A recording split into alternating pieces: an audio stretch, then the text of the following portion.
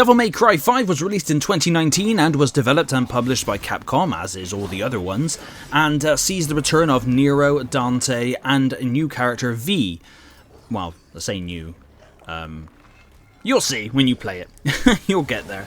Now, this isn't going to be a normal review, as I'm sure a lot of you who have already wanted to play Devil May Cry 5 have already played it now, as it's been out for a few years, but I read somewhere online that a lot of people, fans and all, do not like Devil May Cry 5, and I find that very bizarre. Now, I am no master pro at Devil May Cry games, I'm more of a casual player, but I do enjoy them, and I especially love playing as Dante, because obviously he's the original main protagonist, and it's really cool, and it's really interesting to know that the Devil May Cry games are actually what were supposed to be a new Resident Evil spin-off, but they found that the gameplay was far too different, so they kind of made it its own thing, which is really, really awesome. Now, Devil May Cry 5 mainly follows Nero to start with. Now, of course, he hasn't got his cool demon arm anymore from the 4th game, but you end up getting like prosthetic ones called Devil Breakers. They have all different abilities, and you can chain them together with his sword and his gun, and it's all really, really cool. The graphics look insane, especially on next-gen consoles or high settings on PC, and the gameplay is everything that Devil May Cry should be, and the story I think is pretty cool. The humour in it's really good. The cutscenes are awesome, and this is why I'm confused as to why people didn't really like it that much. I mean, maybe I read too much into a couple of articles, I don't know. But if you haven't picked up Devil May Cry 5, it always goes down on the cheap, especially on Steam for £7, or I suppose you could probably pick it up on Xbox or PlayStation, again for quite cheap.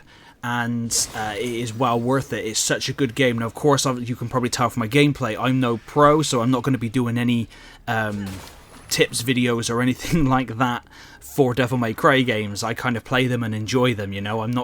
I never claim to be amazing at any game, but there are games I am better at, but Devil May Cry is not really one of them.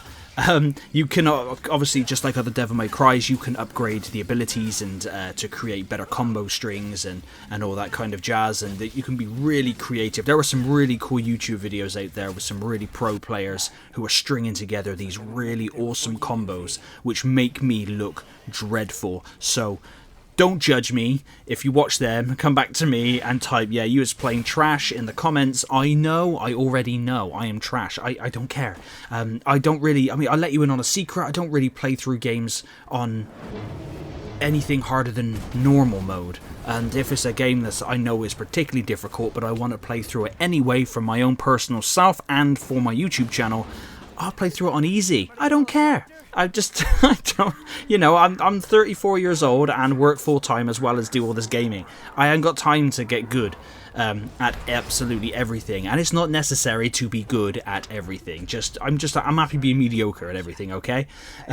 But yeah, each character, Nero and Dante, play similarly the same, but of course Nero has his cool Devil Breakers, and V, the new character, he utilizes shadows, if you will, like a panther shadow and and a bird, where he can inflict all this combo damage upon the enemies, which is again really, really awesome. There's also a fair bit of platforming within the levels again, which is pretty cool, so you can find all the little hidden secrets and hidden skulls, and there are special stages that can be found and unlocked and played through to unlock better stuff.